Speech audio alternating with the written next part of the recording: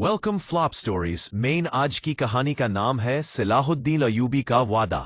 शाम का सूरज ढल रहा था और बैतुल मुकद्दस की फिजा में वही खामोशी थी जो किसी बड़े तूफान से पहले पैदा होती है।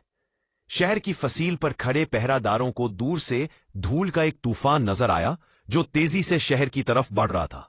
धूल के पीछे घोड़ों की टापों की आवाजें और फिर शम्स ठंडा। लोग समझ गए कि वो कौन था। इस्लाम का अजीम हीरो सलाहुद्दीन अयूबी। सलाहुद्दीन अपने लश्कर के साथ शहर के करीब एक वादी में पड़ाव डालता है। रात का वक्त था, आसमान पर सितारे ही सितारे थे और लश्कर में हर सिपाही जानता था कि कल का दिन फैसला कुन होगा। मगर इन सब में एक अजीब इत्मीनान था, क्योंकि वो जानते थे कि उनका सरदार सिर्फ एक बहादुर जंगजू नहीं बल्कि एक इंसाफ पसंद, रहम दिल और अल्लाह पर भरोसा रखने वाला इंसान है। इसी रात एक नौजवान सिपाही जिसका नाम उमर था, घबराहट में सलाहुद्दीन के खेमे के बाहर आ पहुंचा। उसने दरवाजे पर दस्तक दी। अंदर से आवाज आई, आ जाओ बेटे, क्या बात है? सलाहुद्दीन ने मुस्कुराकर बोला, मालिक, कल की जंग बहुत बड़ी है। मैं डरता हूं कि हम इतनी बड़ी फौज को कैसे रोकेंगे। सलाहुद्दीन ने मुस्कुराकर उसके कंधे पर हाथ रखा, जैसे बाप अपने बेटे को हौसला देता है। बेटे, जंग तादाद से नहीं जीती जाती, नियत से जीती जाती है। जिसकी नियत पाक हो, अल्लाह उसके साथ होता है, और जो अल्लाह के साथ हो उसे कोई शिकस्त नहीं दे सकता।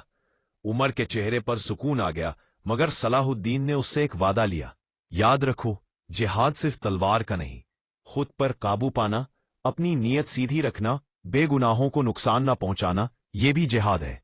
अगली सुबह सूरज उबरते ही दोनों लश्कर आमने सामने थे। सलीबी फौज के मैदान में शोर था और मुसलमानों की सफों में खामोशी। सलाहुद्दीन सबसे आगे घोड़े पर बैठा था।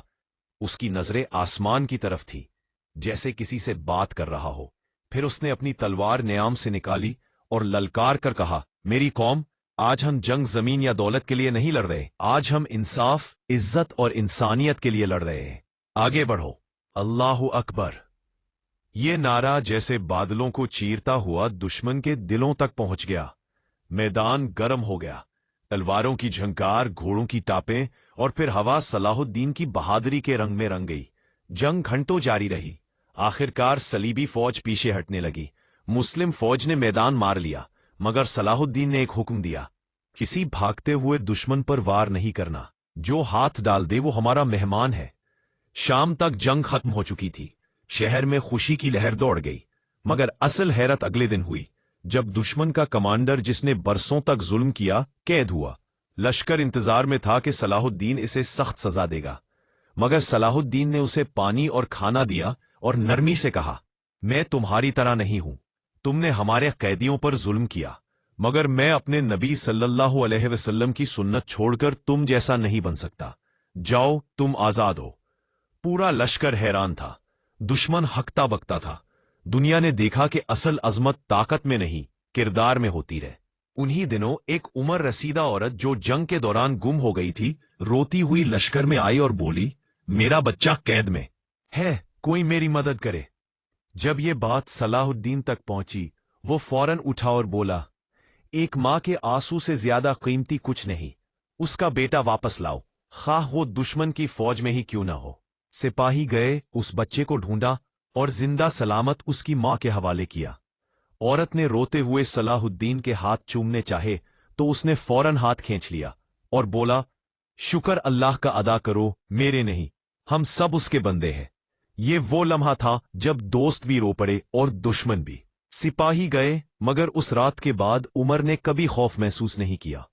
उसने अपने सरदार को सिर्फ एक फातेह के तौर पर नहीं देखा, बल्कि एक ऐसे इंसान के तौर पर जो अपने दुश्मनों पर भी रहम करता है और अपने रब पर बेमिसाल भरोसा रखता है।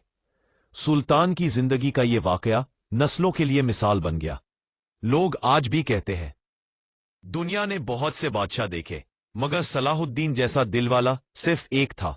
हर दिन ठीक है। कहानी अच्छी लगी हो तो लाइक करें और चैनल सब्सक्राइब करें और देखते रहें फ्लॉप स्टोरीज। अल्लाह हाफिज।